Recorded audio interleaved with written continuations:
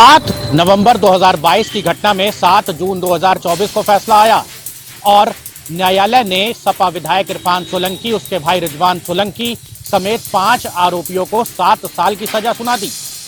जाजमऊ में हुए आगजनी प्रकरण में 10 बार सुनवाई टलने के बाद अपर जिला जज 11 MP MLA court Satyendra Nath Tripathi ने सपा विधायक इरफान सोलंकी, उनके भाई रिजवान सोलंकी समेत 5 आरोपियों को दोषी करार दिया था।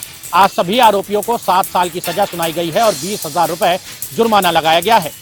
जुर्माना न अदा करने की दशा में सभी आरोपियों की सजा 1 साल बढ़ा दी जाएगी। अब ऐसे में सपा विधायक इरफान सोलंकी के अधिवक्ता का कहना है कि वादी पक्ष के अधिवक्ता न्यायालय में कोई भी साक्ष्य नहीं पेश कर पाए हैं।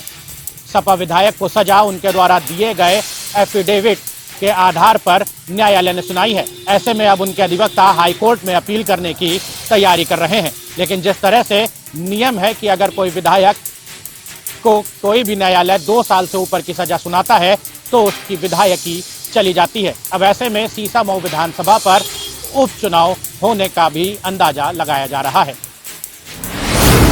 में भारतीय जनता पार्टी के लोकसभा प्रत्याशी की करारी हार के बावजूद भी वहाँ पार्टी कार्यालय पर जश्न का माहौल देखने को मिल रहा है। जैसे देखा जा रहा है कि तीसरी बार नरेंद्र मोदी को प्रधानमंत्री चुने जाने पर लगातार भारतीय जनता पार्टी में उत्साह देखने को मिल रहा है। कहीं ना कहीं देखा जाए तो जिस तरीके से भारतीय जनता पार्टी के समस्त नेतागण और एवं जिलाध्यक्ष ने एक बार कहीं ना कहीं मिठाइयाँ खिलाकर एक दूसरे को जो है जश्न का माहौल देखने को मिल रहा है। वहीं पूरी तरीके से आज जिस तरीके से भाजपा कार्यालय पर पूरी तरीके से जश्न का माहौल है, तो कहीं ना कहीं देखा जा रहा है कि पूरी तरीके से आतिशबाजी के साथ साथ मिठाइयाँ एक दूसरे को भी खिलाई जा रही हैं, क्योंकि नरेंद्र मोदी की जिस तरीके से तीसरी बार शपथ ग्रहण होने जा रही है, उसको प्रधानमंत्री तीसरी बार चुनने के बाद को लेकर लगातार खुशियों का माहौल देखने को मिल रहा है। वहीं लगातार इटावा में भारतीय जनता पार्टी के प्रत्याशी का 58,000 से करारी हार हुई थी, 58,000 वोटों से। अब देखना ये होगा कि जिस तरीके से जश्न का माहौल देखने को मिल रहा है, तो कहीं ना कहीं प्रधानमंत्री तीसरी बार चुनने के बाद एक जश्न का फिर कहीं ना कहीं इटावा में जश्न का माहौल देखने को मिल रहा है।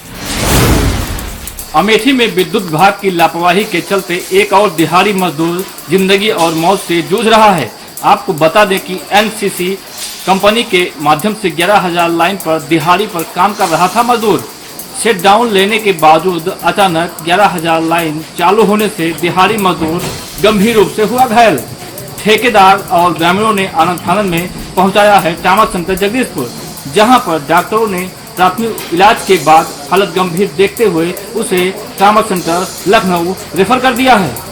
गाजेंद्र कुमार वैदास निवासी सुबह गौरा थाना जामू का बताया जा रहा है घायल युवक शुक्र बाजार के मोहना पावर हाउस के अंतर्गत नेवाज मदरगंज में चल रहा था विद्युत विभाग का काम। जब इस पूरे मामले पर उच्च अधिकारियों से बात की गई तो उच्च अधिकारी लगातार बचते हुए नजर आए हैं। अमरोहा में स्टंटबाजी का जो सिलसिला है वो रुकने का नाम नहीं ले रहा है। ऐसा ही एक मामला हसनपुर थाना क्षेत्र में देखने को मिला है, जहां एक वीडियो वायरल हो रहा है जिसमें 2 युवक जो है मोटरसाइकिल पर बैठकर जानलेवा स्टंटबाजी करते नजर आ रहे हैं। उन्हें इस बात का तनिक भी डर नहीं है कि उनकी इस जानलेवा स्टंटबाजी से जान भी जा सकती है। और वहीं अगर हम बात करें यातायात के नियमों की, तो यातायात के नियमों की भी उनके द्वारा खुलेआम धज्जियां उड़ाई जा रही हैं। जैसे ही यह वीडियो पुलिस के संज्ञान में आया तो पुलिस इस मामले में जुट गई है और युवकों की तलाश कर रही है। वहीं पुलिस का कहना है जैसे ही युवक पुलिस की पकड़ में आएंगे तो उन पर जो है वो वैधानिक कार्रवाई की जाएगी। आपको बता दें, बलिया पुलिस को बड़ी सफलता हासिल हुई है। 2 बदमाश को गिरफ्तार किया गया है जो बिहार राज्य के हैं। इनके कब्जे से प्रतिबंधित हथियार, 1 कार्बाइन, 3 तमंचा व 7 जिंदा कारतूस बरामद किए गए हैं। पुलिस पूरे मामले में गंभीरता से जांच में जुटी हुई है। आपको बता दें, बलिया पुलिस अधीक्षक द्वारा अपराध एवं अपराधियों के रोकथाम हेतु अभियान के क्रम में यह बलिया पुलिस को सफलता हासिल हुई है। थाना तहसील से लेकर जिले के अधिकारियों की चौखट के चक्कर लगाने के बाद न्याय न मिलने पर पीड़िता ने तहसील परिसर में किया आत्महत्या का प्रयास। आपको बता दें कि पूरा मामला रसूलाबाद तहसील क्षेत्र के भारामऊ गांव का है, जहां की रहने वाली पीड़िता ने जानकारी देते हुए बताया कि उसके आवागमन का साधन नहीं है। हर घर जल से नल की योजना को लेकर पाइपलाइन जो उसके घर तक पड़नी है, दबंग उसे डालने नहीं दे रहे हैं, जिसके चलते वह लगातार परेशान है। जिसकी शिकायत वह थाना तहसील से लेकर जिले के अधिकारियों तक कर चुकी है, लेकिन जब न्याय न मिला तो वह अपनी जीवन लीला समाप्त करने के लिए घर से पेट्रोल का डिब्बा लेकर तहसील पहुंची और रसूलाबाद तहसील पहुंचकर उसने स्वयं को खत्म कर लेने का प्रयास किया और खुद पर पेट्रोल डालने का प्रयास किया, जिस पर वहां पर मौजूद कर्मचारियों ने तत्परता दिखाते हुए पेट्रोल का डिब्बा हाथ से छिनाया। छीना झपटी के दरमियान पीड़िता सीमा बेहोश हो गई। हालांकि तमाम प्रयासों के बाद, पानी के छिड़काव के बाद उसे होश में लाया गया और फिर वही तहसील प्रशासन की खाना पूर्ति भरा रवैया और जवाब देते हुए उन्होंने बताया कि अब पूरे मामले की जांच होगी और जांच में कार्रवाई की जाएगी।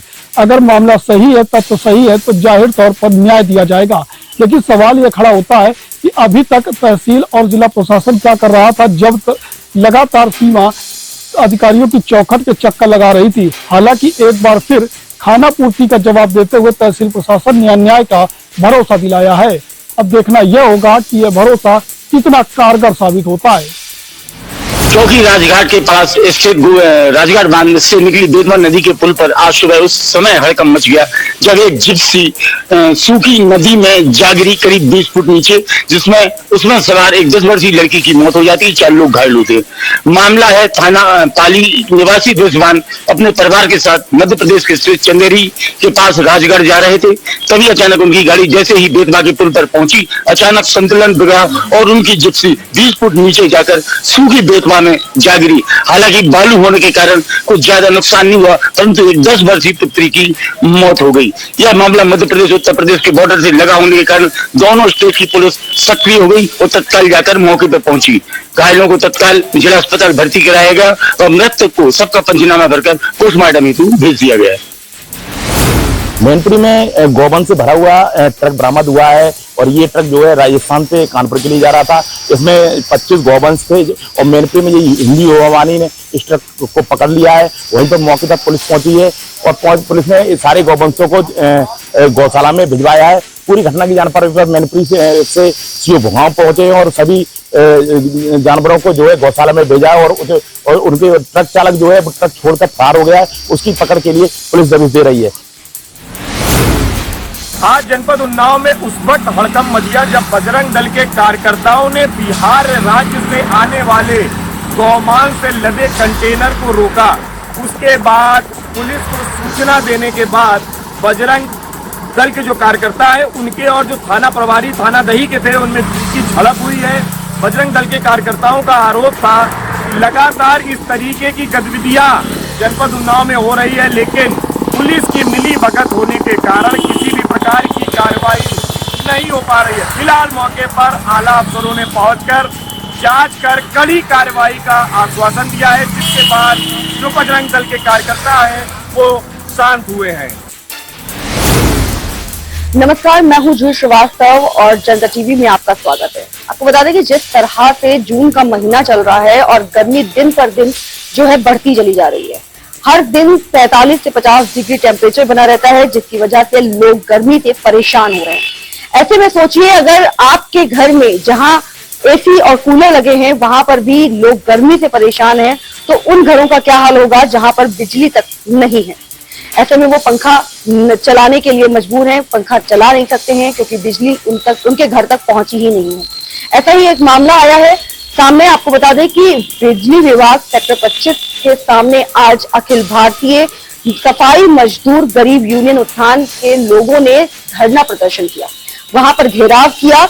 वजह यह थी कि वो 15 दिन से लगातार जो है चक्कर काट रहे हैं बिजली घर के कि उनके घरों में बिजली का कनेक्शन लगा दिया जाए, लेकिन अधिकारी सुनने को तैयार नहीं है और आज 15 दिन बीत गए हैं और उनके घरों में अभी तक बिजली नहीं लगी है। और जिस तरह से गर्मी बढ़ रही है लोग परेशान हो रहे हैं, परिवार में बच्चे हैं, बुजुर्ग हैं, महिलाएं हैं जो कि गर्मी से ज्यादा परेशान हो रही हैं। और आज उन्होंने मजबूर होकर बिजली घर का घेराव किया। वहां पर जब हमने वहां की महिलाओं से बात की कि आपने बिजली घर का घेराव क्यों किया है, तो उन्होंने बताया कि हम परेशान हो चुके हैं, जिस तरह से तापमान बढ़ रहा है, ऐसे में जो एसी और कूलर में भी बैठे हैं और गर्मी से परेशान हो रहे हैं, तो सोचिए हमारे घर में तो बिजली भी नहीं लगी है। अगर बिजली नहीं लगी तो हमारा परिवार किस तरह से जो है रहेगा, गर्मी से किस तरह से उन्हें राहत मिलेगी। और यही समस्या लेकर आज हमने घेराव किया है, क्योंकि 15 दिन से बिजली लगाने के लिए, बिजली कनेक्शन के लिए हम यहाँ चक्कर काट रहे हैं और कोई भी अधिकारी सुनने को तैयार नहीं है। और आज हम धरने पे बैठे हैं, जब तक हमारी मांगे पूरी नहीं होंगी ये धरना प्रदर्शन ऐसे ही जारी रहेगा। बाकी अब इस धरना प्रदर्शन से जो है अधिकारी सुनेंगे या ऐसे ही सोते रहेंगे, ये तो समय बताएगा।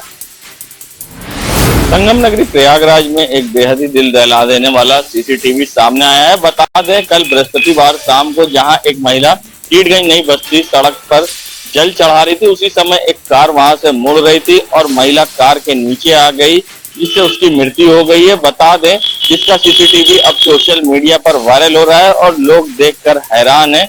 गाड़ी बहुत ही कम स्पीड में थी, महिला सड़क पर जल चढ़ा रही थी और गाड़ी मुड़ रही थी। इसी समय महिला गाड़ी के बीचों बीच नीचे आ जाती है, जिससे उसकी मौत हो जाती है। फिलहाल किसी तरह से महिलाओं को गाड़ी के नीचे से निकाला जाता है और उसे अस्पताल ले जाया जाता है, जहां उसे मृत घोषित कर दिया जाता है।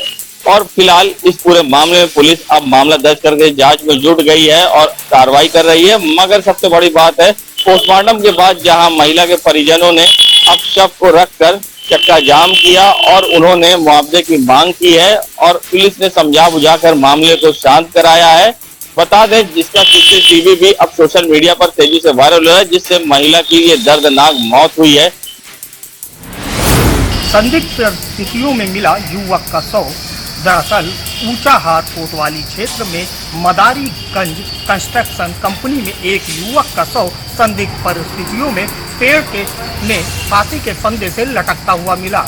हालांकि घटना की जानकारी जैसे ही स्थानीय पुलिस को लगी, मौके पर पहुंची पुलिस ने शव को कब्जे में ले लिया है और पोस्टमार्टम के लिए भेज दिया है। यह पूरा मामला ऊंचाहार कोतवाली क्षेत्र में आने वाले मदारीगंज कंस्ट्रक्शन कंपनी का है, जहां पर युवक का शव फांसी के फंदे से लटकता हुआ मिला है। फिलहाल पुलिस जांच पड़ताल में जुट गई है।